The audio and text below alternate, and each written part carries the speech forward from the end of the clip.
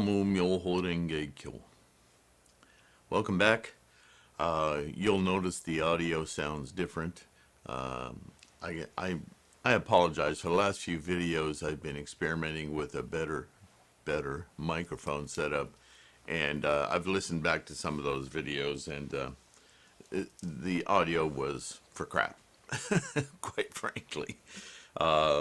And I don't want to turn you away just because it's difficult to listen to me yammering on. So I'm back to the camera mic, which is quite good actually. This Lumix camera has a very good built-in microphone. So I'm going to stay with that until I get some better hardware to see if I can't get improved audio. But I'm through experimenting from now, so you're welcome.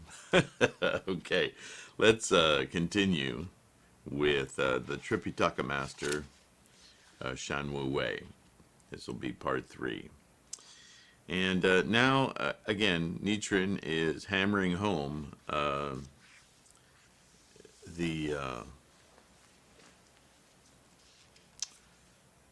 how important it is to realize the difference between the teachings of Shakyamuni Buddha and those of these distorted views that over centuries meandered as the Buddhism moved into China and through Korea and into Japan, and different teachers, for political reasons, as we've already discussed, added their own annotations and decided to drop some of the teachings and adopt others as their central point. This misleads people and doesn't give them, as Shakyamuni exhorted us, to study all of the Buddhist sutras and commentaries and so on and so forth. The 12 divisions, as Nichiren pointed out. So he continues in this vein as we pick up where we left off. Shakyamuni, the world-honored one, who is our father and mother, and is endowed with the 3 virtues of sovereign, teacher, and parent, is the very one who encourages us, the people driven out by all other Buddhas, saying, "I am the only person who can rescue and protect others." End quote. The debt of gratitude we owe him is deeper than the ocean, weightier than the earth, vaster than the sky. Though we were to pluck out our 2 eyes and place them before him as an offering until there were more eyes there than stars in the sky, though we were to strip off our skin and spread them on and on and on, all of these physical offerings, he's really trying to drive home how the debt owed, what he's really saying, I hope you understand, is that his teaching is the original teaching. It is the core of the teachings. It is his teaching, the Shakyamuni Buddha's teaching. So for sects and groups to follow other Buddhas, which are just emanations or thought experiments of Shakyamuni, is nonsensical, right? It's distorted. This is where these words come from. So, we could never repay a fraction of the debt we owe to the Buddha. I kind of skipped over some of the gruesome offerings he's got on tap here. But the scholars of our time cling to distorted views, even though they may be wise men who have mastered all the 80,000 doctrines of Buddhism and committed to memory the 12 divisions of the scriptures, and who strictly observe the Mahayana and Hinayana precepts. If they turn their backs on this principle, then one should know that they cannot avoid falling into the evil paths. So even though they've read and studied all these things, as I was alluding to before, they've simply decided on their own that they're going to narrow the teachings for whatever reason, political gain, make it easier for them to have authoritarian hierarchies in their groups so that they alone are the ones that those people follow, rather than, you see, this is the dangerous thing about studying Buddhism and Shakyamuni Buddha's teachings in their entirety. As Nichiren points out, you are your own leader. It's all on you to practice and discover your own Buddha enlightenment. No one controls that for you other than you. So for people who want to run organizations or to control a populace, to govern through their own aegis, this teaching kind of messes them up because I joked with a friend of mine one time. I was talking about Buddhism and just Buddhist concepts in general. I wasn't really labeling it Buddhism, but I was using Buddhist teachings to discuss a matter with him. He's a very good friend of mine, and he quite seriously said, you should start your own church. Because not as an insult, but because he felt inspired by a lot of the ideas that I was saying to him, and I laughed, saying to him that I would have the only church in history where I would be telling the practitioners or the people who are interested that they shouldn't be there. So, because this is the nature of Buddhism.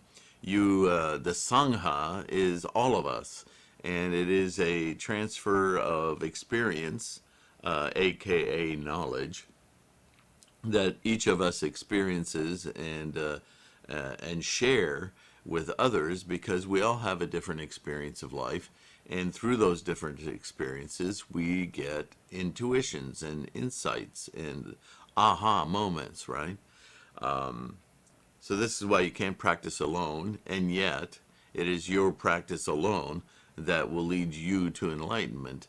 But as we understand in the later Mahayana, in the Lotus Sutra, in the chapters about the preacher of the teachings, we learn that it is only through helping others that we truly discover the depth of our own enlightenment. So, as an example of what I mean, let us look at the Tripitaka master Shan Wu Wei, the founder of the True Word School in China. So now, after all that, we finally get to Shan Wu Wei. He was a son of King Buddhaseed, the monarch of the kingdom of Udayana in India. Shakyamuni Buddha left his father's palace at the age of 19 to take up the religious life, but this Tripitaka master abdicated the throne at the age of 13 and thereafter traveled through the 70 states of India, journeying 90,000 ri on foot and acquainting himself with the various sutras, treatises, and schools of Buddhism. In a kingdom in northern India, he stood at the foot of the stupa erected by King Golden Grains, gazed up at the heavens, and uttered meditations, whereupon there appeared in midair the womb realm mandala, with the thus come one Mahavarachana seated in its center. So this was obviously Shan Wu Wei's epiphany in Buddhism, was in reading the Mahavarachana sutras. Shan Wu Wei, out of his compassion, determined to spread the knowledge of this teaching to remote regions, and thereupon traveled to China, where he transmitted the secret doctrines to Emperor Xuanzong. At the time of the great drought, he offered up meditations for rain, and rain fell from the sky within 3 days. This Tripitaka master was thoroughly familiar with the seed characters representing the 1,200 and more honored ones, their august forms, and their samayas. Today, and I know these are a lot of words in here, and there are footnotes, and you can research each one of them.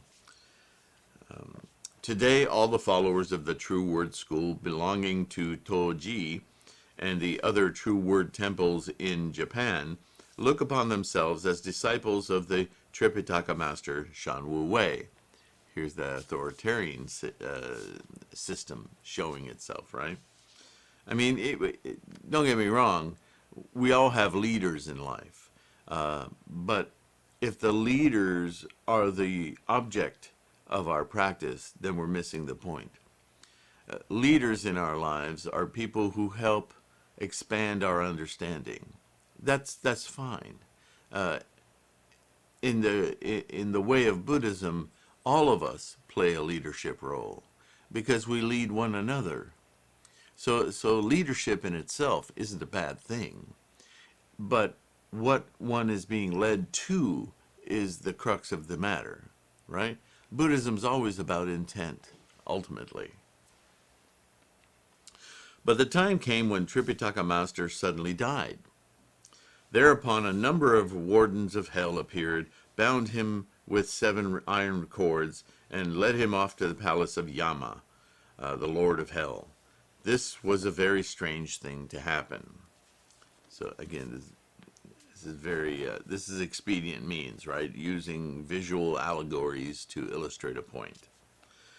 For what fault did he deserve to be censured in this way?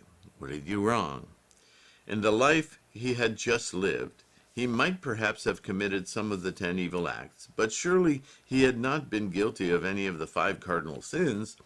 And as for his past existences, in view of the fact that he had become the ruler of a great kingdom, he must have strictly observed the 10 good precepts and dutifully served 500 Buddhas. What fault then could he have committed? Right, so he's using the talk of the day to situate Shan Wu Wei, and with all of his great good acts and intentions, why did he not live a fruitful, complete life? Moreover, at the age of 13, he had voluntarily relinquished his position as king and entered the religious life. His aspiration for enlightenment was unequaled throughout the entire land of Jambudvipa. Surely such virtue should have canceled out any major or minor offenses he might have committed in his present or previous lives. In addition, he had made a thorough study of all the various sutras, treatises, and schools that were propagated in India at the time, and that fact, too, should have served to atone for any possible faults.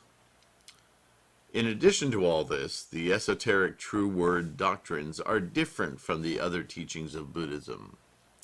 They declare that though one may make no more than a single mudra with the hands, or utter no more than a single mantra with the mouth, even the gravest offenses accumulated throughout the 3 existences of past, present, and future will thereby, without fail, be eradicated. Moreover, they say that all the offenses and karmic hindrances that one may have created during the space of innumerable kodas of kalpas will all be extinguished the moment one looks upon the esoteric mandalas. How much more should this be true, therefore, in the case of the Tripitaka master Shan Wu Wei, who had memorized all the mudras and mantras pertaining to the 1,200 and more honored ones, who had understood as clearly as if it were reflected in a mirror the practice of contemplation for attaining Buddhahood in one's present form, and who, when he underwent the ceremony of anointment before the diamond realm and womb realm mandalas, had become in effect Mahavarachana, the king of enlightenment himself. Why then should such a man be summoned before King Yama and subjected to censure? Good question, right? I, Nichiren, had resolved to embrace the teaching that is supreme amongst the 2 divisions of Buddhism, the exoteric and the esoteric, and that allows us to free ourselves from the sufferings of birth and death with the greatest ease. Therefore, I acquainted myself with the esoteric true word doctrines in general, and made inquiries concerning this matter of Shan Wu Wei. But no one was able to give a satisfactory answer to the question I have posed above. If this man could not escape the evil paths, then how could any of the true word teachers of our time, let alone the priests and lay believers who had performed no more than a single mudra or uttered no more than a single mantra, hope to avoid them? Having examined the matter in detail, I concluded that there were 2 errors for which Shan Wu Wei was summoned before King Yama for censure. First of all, the Mahavarachana Sutra not only is inferior to the Lotus Sutra, but cannot even compare to the Nirvana, Flower Garland, or Wisdom Sutra. And yet, Shan Wu Wei maintained that it was superior to the Lotus Sutra, thus committing the error of slandering the correct teaching. Second, although the Thus Come One Mahavarachana is an emanation of Shakyamuni Buddha, Shan Wu Wei held to the bias that view that Mahavarachana is in fact superior to Shakyamuni Buddha, the Lord of Teachings. Yikes. This is constantly the error that's pointed out in all the other schools. They make the mistake of thinking that the creation of the Creator, I should use other words because in the West that means something different. Shakyamuni Buddha is the initial, he is Buddhism. His teaching is Buddhism. It's his enlightenment that we learn in order to find our own path to that same enlightenment. So to use one of his examples, Shakyamuni's examples, as our intent and our goal is to miss the point. Do you follow? The offense of such slanders is so grave that no one who commits them could avoid falling into the evil paths, even though he should practice the teachings of the 1,200 and more honored ones over a period of innumerable kalpas. You're not going to the same place. You're using one example of one type of enlightenment. That's why if you're on your path and you've been studying, 50, 60 years, and you feel you've experienced awakening many, many times, and you're still a human in this life, and I study under you, and you show me everything that you believe you've learned, you're showing me your path to your enlightenment. And if I follow that path to the letter, I'm not going to end up with my Buddha nature, my enlightenment. I will learn, I will gain a great deal, but I will only be learning about your enlightenment. This is what Shakyamuni used these other Buddhas and other stories to indicate different paths to enlightenment. So that in fact, not to follow his own path, but to illustrate that there are many, many paths to this thing we call awakening or enlightenment, something that can't be discussed other than by analogies and indications to help others find their own Buddha nature and their own enlightenment. It's kind of difficult to understand because we're humans, and we're accustomed to categorically finding this is this and no other thing is this. And in Buddhism, you're trying to teach something that's universal and individual to each and every entity. Their path to it, when they get to it, whatever that categorized thing is, we call it enlightenment or awakening, it is experienced through one's own experience of our human experience. And as similar as they may be one to another, they are individually ours. Remember the fountain analogy. So, like the fountain analogy, if we only took one of those people, we would understand fountains a great deal, but we would never understand completely the fountain that was original to the teaching unless we find it ourselves. Then with all our filters, our mental filters, our karmic filters, however you want to enumerate it, we will not have experienced that fountain until that is what we do. So it's a subtle point, but it's a profound point. And, there's a lot of words here trying to say that, mine in addition. So I hope it's becoming clear to you. Shan Wu Wei committed these errors, the difficulty for which is very difficult to escape, and therefore Although he performed the mudras and mantras of the various honored ones, it was to no avail. Because when he merely recited those words from the simile and parable chapter of the second volume of the Lotus Sutra that read, quote, "Now this threefold world is all my, Shakyamuni's, domain, and the living beings in it are all my children. Now this place is beset by many pains and trials. I am the only person who can rescue and protect others," end quote.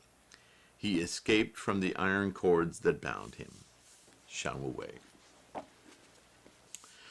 But that as it may, the true word teachers who came after Shan Wu Wei have all maintained that Mahavajrayana Sutra not only is superior to the various other sutras, but surpasses even the Lotus Sutra. In addition, there were other persons who have declared that the Lotus Sutra is also inferior to the Flower Garland Sutra. Though these groups differ in what they maintain, they are alike in being guilty of slandering the correct teachings. In other words, they're not practicing Buddhism correctly. They're an offshoot. They have a bow and an arrow, but their aim is off, so they'll never hit the target. The Tripitaka master, Shan Wu Wei, held the prejudiced opinion that both the Lotus Sutra and the Mahavajrayana should be regarded with great respect, since they agree in the profound principles that they embody, but that because the Lotus Sutra mentions nothing about mudras and mantras, it is inferior to the Mahavajrayana Sutra. See, this is a case of attachments, isn't it? Shan Wu Wei liked the Mahavajrayana Sutra because it gave him physical tools to practice. And the Lotus Sutra does no such thing,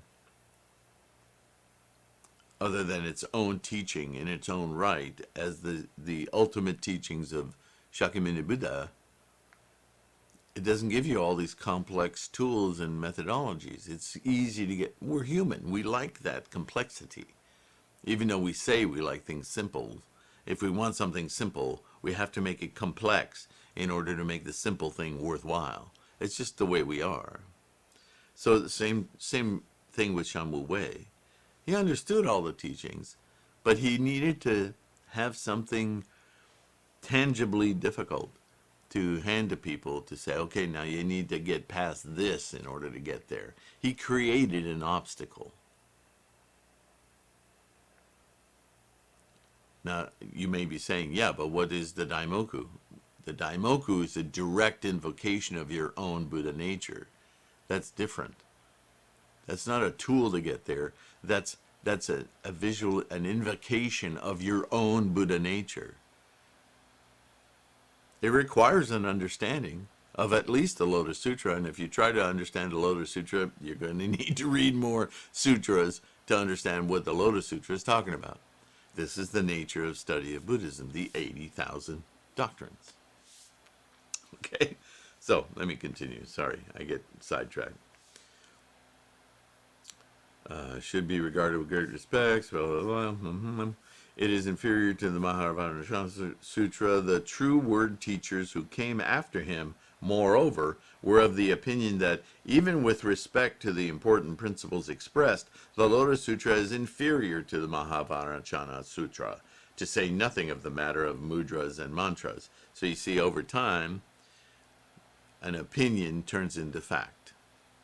Thus, they went much farther in their slander of the correct teaching, piling up offense upon offense. It is impossible to believe that they can long avoid being censured by the by the King Yama and consigned to the sufferings of hell. Indeed, they will immediately call down upon themselves the flames of the Avicii hell. The Mahavajrayana Sutra does not originally contain any mention of the profound principle of the 3,000 realms in a single moment of life, or in a thought moment. I should change that. This principle is confined to the Lotus Sutra alone.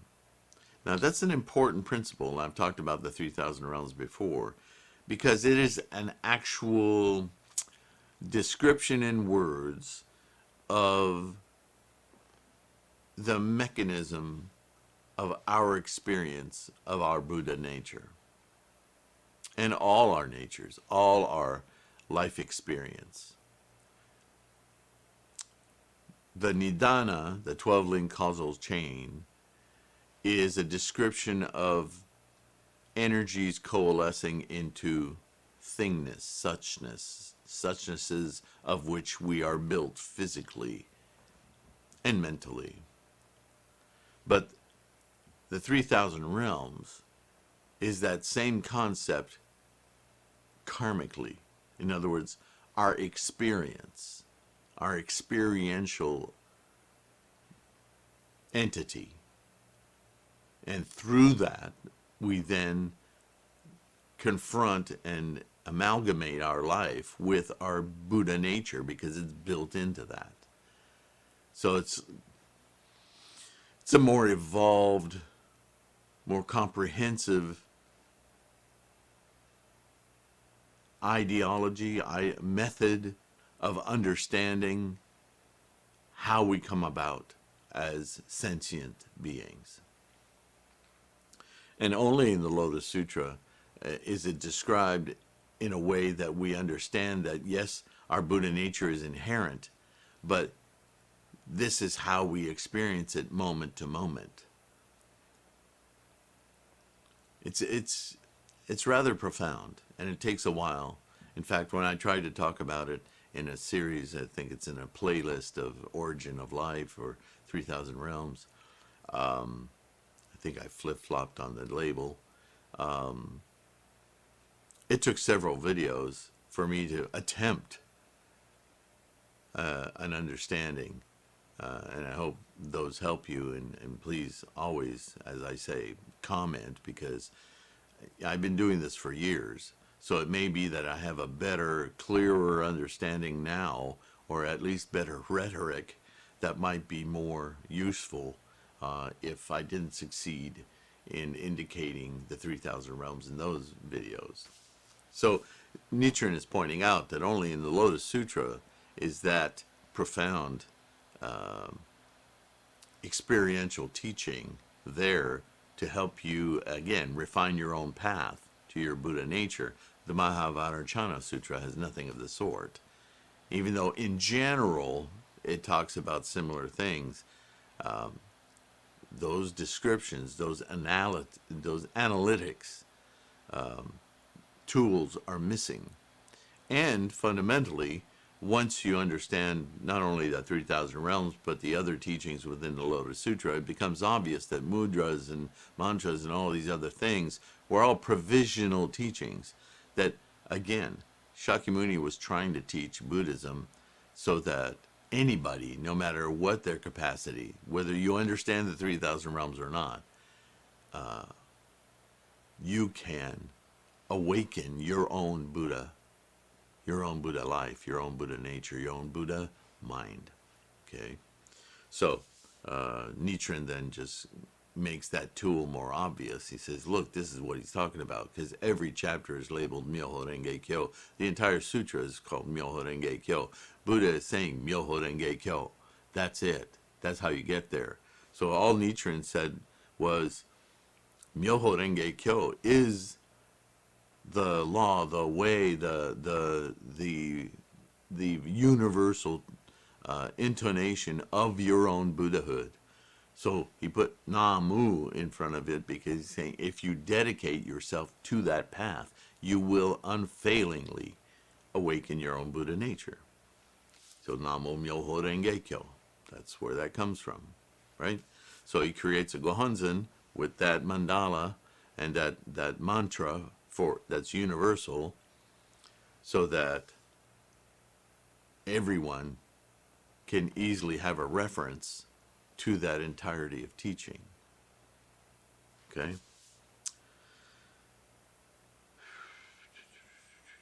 This principle is confined to the Lotus Sutra alone, but the Tripitaka master Shan Wei proceeded to steal and appropriate this profound principle that the great teacher Tendai had put forth on the basis of his reading of the Lotus Sutra, incorporating it into his own interpretation of the Mahavajracana Sutra.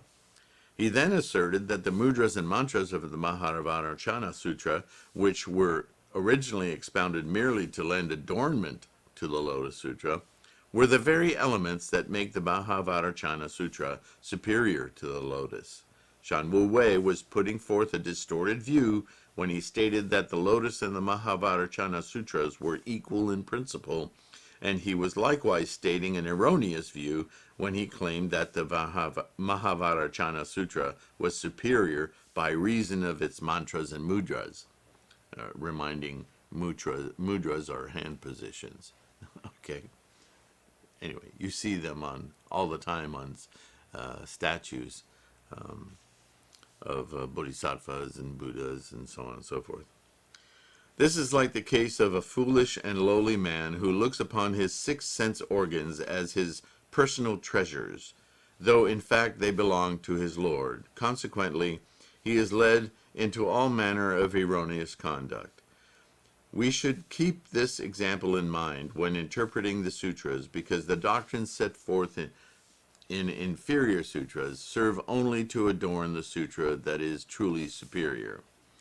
So that's kind of an esoteric little mention there, but he's talking to people of the day, because in those days you were owned.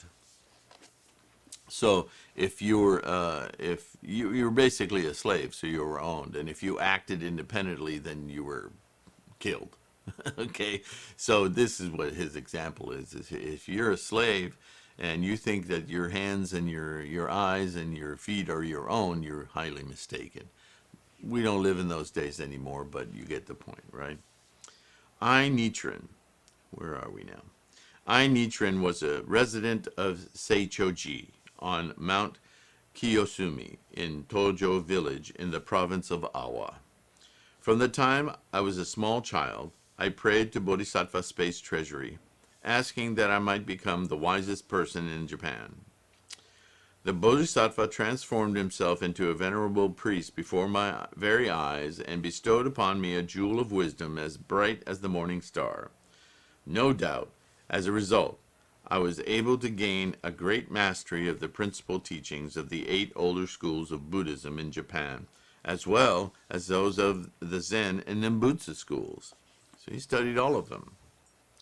During the 16 or 17 years since the 5th year, 1253, or so, of the Kensho era until the present, the 7th year of the Bunei era, 1270, I have leveled many criticisms against the Zen and Nembutsu schools. For this reason, the scholars of those schools have risen up like hornets and flocked together like clouds, though, as a matter of fact, their arguments can be demolished with hardly more than a word or two. Even the scholars of the Tendai and True Word schools, losing sight of the principles laid down by their own schools concerning which teachings are to be adopted and which discarded, have come to hold opinions identical to those of the Zen or Nembutsu. Every time I do that, I think page-turning karma. Because their lay followers hold to such beliefs, they have thought it best to lend support to these schools and their erroneous views by declaring that the Tendai and True Word teachings are the same as those of the Nembutsu and Zen schools. As a result, they joined the others in an attempt to refute me. But, although they might appear to refute me, in fact, they are simply destroying their own Tendai and True Word teachings. It is a shameful, shameful thing they are doing. The fact that I have, in this way, been able to discern the errors of the various sutras, treatises, and schools is due to the benefit of Bodhisattva Space Treasury and is owed to my former teacher, Dozenbo. Even a turtle, we are told, knows how to repay a debt of gratitude. So how much more should human beings? To repay the debt that I owe to my former teacher, Dozenbo, I desired to spread the teachings of the Buddha on Mount Kiyosumi, and led my teacher to enlightenment.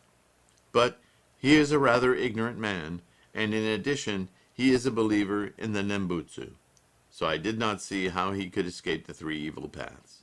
Moreover, he is not the kind of person who would listen to my words of instruction. Nevertheless, in the first year of Bun-ei era, 1264, on the 14th day of the 11th month, I met with him at the priest's lodgings of Hanabusa in Saijo.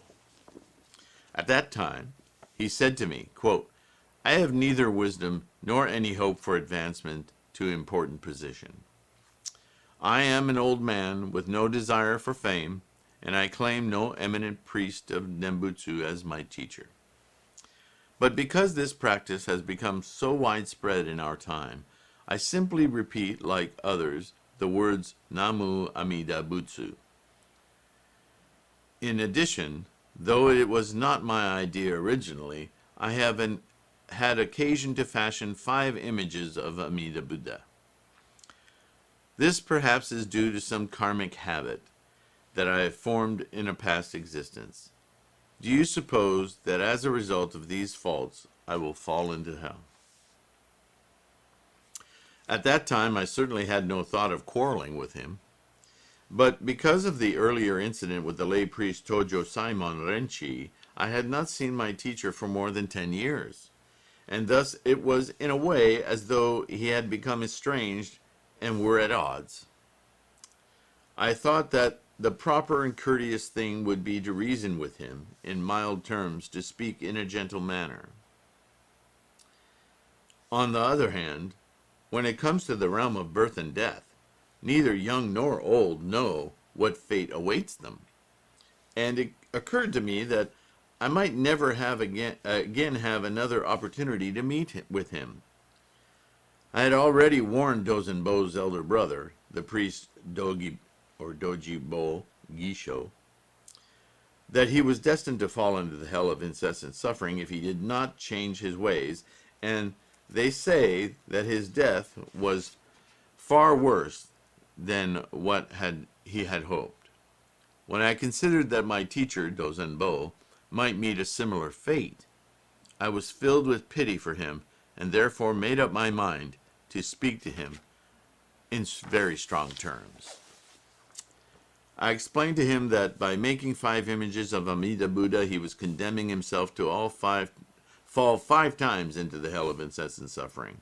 The reason for this, I told him, was that the Lotus Sutra, wherein the Buddha says that he is now, quote, honestly discarding expedient means, end quote, states that the thus come one Shakyamuni is our father, while Amida Buddha is our uncle. Anyone who would... So this is important. When he says honestly discarding expedient means, in the Lotus Sutra, he is in fact saying, everything that I've taught before has been provisional. It's been expedient to get you to think the right way, to start experimenting in your own mind with these elaborate descriptions of how to unearth, how to reveal your own profound Buddha mind. But now in the Lotus Sutra, I'm done with that. I'm telling you directly, this is how you do it. This is the importance of the Lotus Sutra. You can't miss it. Anyone who would fashion no less than 5 images of his uncle and make offerings to them, and yet not fashion a single image of his own father, how could he be regarded as anything but unfilial? So this is the whole family structure.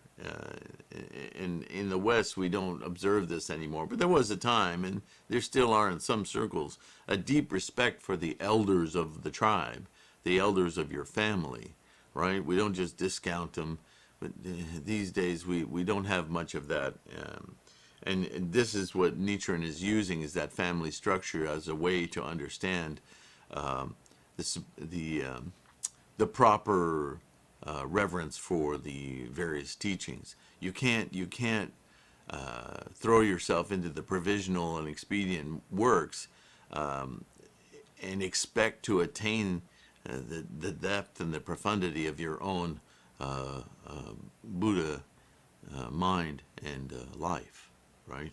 You're only going to learn these provisional things. You're not following, or your intent is not correctly aimed. Even hunters, here we go, aim. Even hunters in the mountains or fishermen who cannot tell east from west and do not perform a single pious act are guilty of less offenses than such a person. Nowadays, those who seek the way no doubt hope for better existence in future lives, yet they cast aside the Lotus Sutra and Shakyamuni Buddha while never failing even for an instant to revere Amida Buddha and call upon his name. What kind of behavior is this? Though they may appear to the eye to be pious people, I do not see how they can escape the charge of rejecting their own parent and devoting themselves to a stranger. Now, he's not an uncle anymore, he's a stranger. Completely evil person, on the other hand, has never given his allegiance to a Buddhist teaching at all, and so has not committed the fault of rejecting Shakyamuni Buddha. Therefore, if the proper circumstances should arise, he might very well in time come to take resolute mind of determination in Shakyamuni. Those who follow the erroneous doctrines of Shandao, Honen, and the Buddhist scholars of our time, making Amida Buddha their object of devotion and dedicating themselves entirely to the practice of calling upon his name, I do not believe that they will ever renounce their erroneous views and give their allegiance to Shakyamuni Buddha and the Lotus Sutra, even though lifetime after lifetime throughout countless kalpas should pass. Accordingly, the Nirvana Sutra, which was preached in the grove of sal trees just before Shakyamuni Buddha's passing, states that there will appear frightful persons whose offenses are graver than the 10 evil acts or the 5 cardinal sins, ichantikas, or persons of incorrigible disbelief, and those who slander the correct teaching. We also read that there are such persons will be found nowhere else but among the company of wise men, who observe the 250 precepts, wrap their bodies in the 3 robes of Buddhist monks, and carry a begging bowl. I explained all of this in detail to Dozenbo at the time of our meeting, though it did not appear that he completely understood, nor did the other persons present on that occasion seem to understand. Later, however, I received word that Dozenbo had come to take resolute mind in the Lotus Sutra.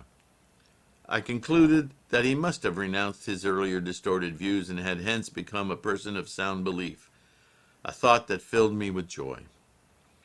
When I also heard that he had fashioned an image of Shakyamuni Buddha, I could not find words to express my emotion.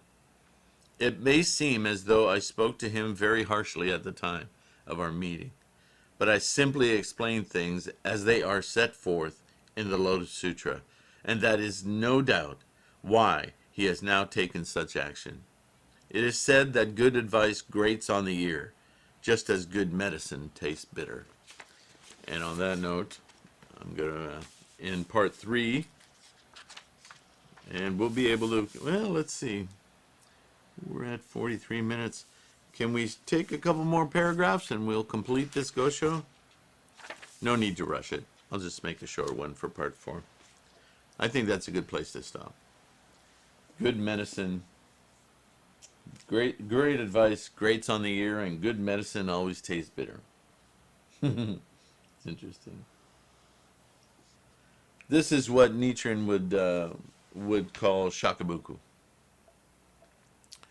So he was illustrating there the difference between shoju and shakabuku. Sometimes you want to guide people slowly through their misinterpretations, but this guy's advanced in years and been doing this a long time. It's no longer time for shoju. He's just not getting it.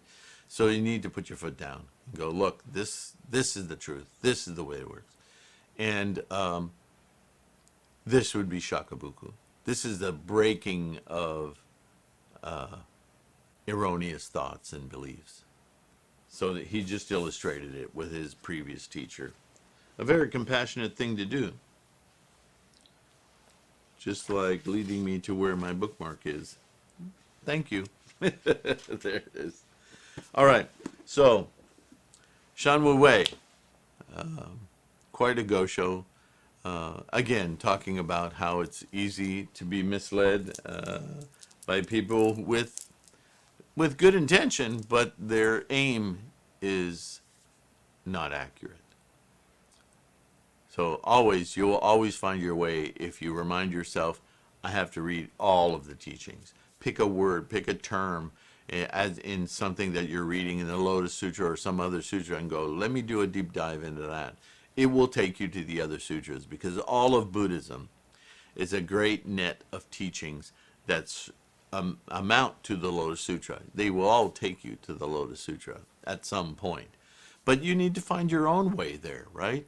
Some things will grate on your ear, and it won't be until later that you'll get an aha moment, and that very thing that grated on your ear will suddenly be super reasonable, and you'll end up going, ah, man, that's now that I get that, that's like all I want to talk about. And that's what the people around you need to hear. They need to see that discovery in you. They need to see those insights in you. You need to see them for yourself, and you need to share them with others. This is the practice of Buddhism. This is all Shakyamuni ever taught. So to get stuck into any one little zone, it's antithetical to that, isn't it? That's counter to the entirety of the teaching. And that's what Nichiren is saying here. Please don't get stuck. In fact, welcome it if you get stuck. Just reason in your mind that you are stuck. And use that as impetus, as inspiration to dig deeper until you're unstuck. The whole of Buddhist teachings should seem like a vast open universe, like looking into a night sky and realizing how many stars are there. And remember, some of those stars you're only seeing the light from, they no longer exist. They're provisional in a way. Okay?